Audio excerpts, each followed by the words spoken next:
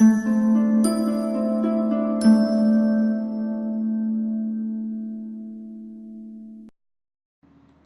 you are going through rough phase in your relationship, if you are struggling, if you are thinking that relationship is not working out and you're the one who's working, trying to make things work harder and harder, or if your partner is contemplating separation or a divorce, or worse, he's on the verge of filing the divorce, no matter what sort of situation you are, these are the 10 acts that we have created the videos for that you must avoid if you want to have any hope in surviving the relationship and any hope of you coming out unscratched and recover from this very very fast. Is the act of using and involving kids. You must avoid involving kids in your situations. In a marriage trouble, the kids are usually who suffer the most, right? They are already going through a very very rough patch, and if you involve them, if you share the situations with them, that is not going to help your situation, or is not going to help you with your relationship with your kids. So when you burden the kids with your opinions and views, it can affect them later in the life. That's an important fact that you must know and realize, right? And this is actually going to estrange your relationship with the kids as well. You would think that you will get into the insecurity mode, that you would be wondering that what your partner is telling your kids. So you don't want to get into the mode of trying to put your point of view to the kids, because it's going to burden them even further, with the confusion. They're already coping up with the stress, right? So you don't want to make things difficult there. But more importantly, you're talking about recovering your relationship back to the old happy phase that what it was in. If you involve your kids, it's going to flare up the situation with your partner as well.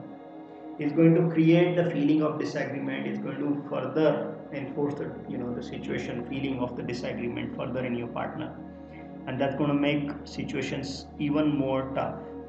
So the case that we came across was Stephen and Claire, right? They've been married for 6 years, and they went through some tough phase, right? And then Claire would try to explain things to her 5-year-old girl Elaine, but when she was explaining the things, she was always trying to put her point of view across, and that made situation even difficult for the Elaine to look at it in the way that it's going to happen.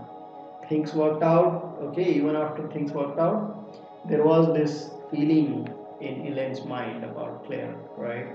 That how she tried to burden her with her. So it's not going to help you in any way.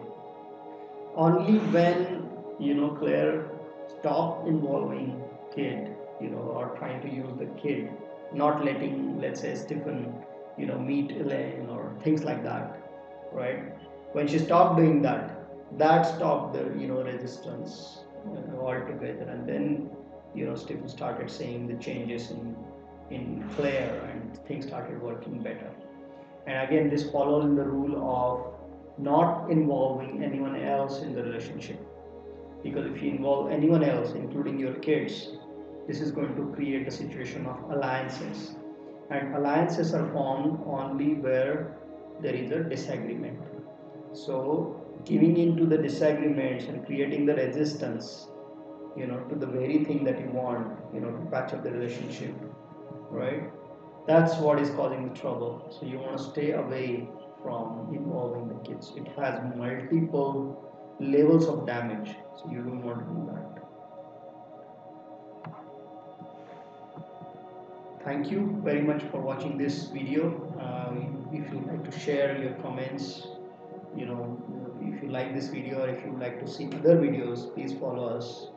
We are listing the list of all the acts that you must avoid, and for more details you can visit www.changuru.com for the entire list of acts that you must avoid at this stage.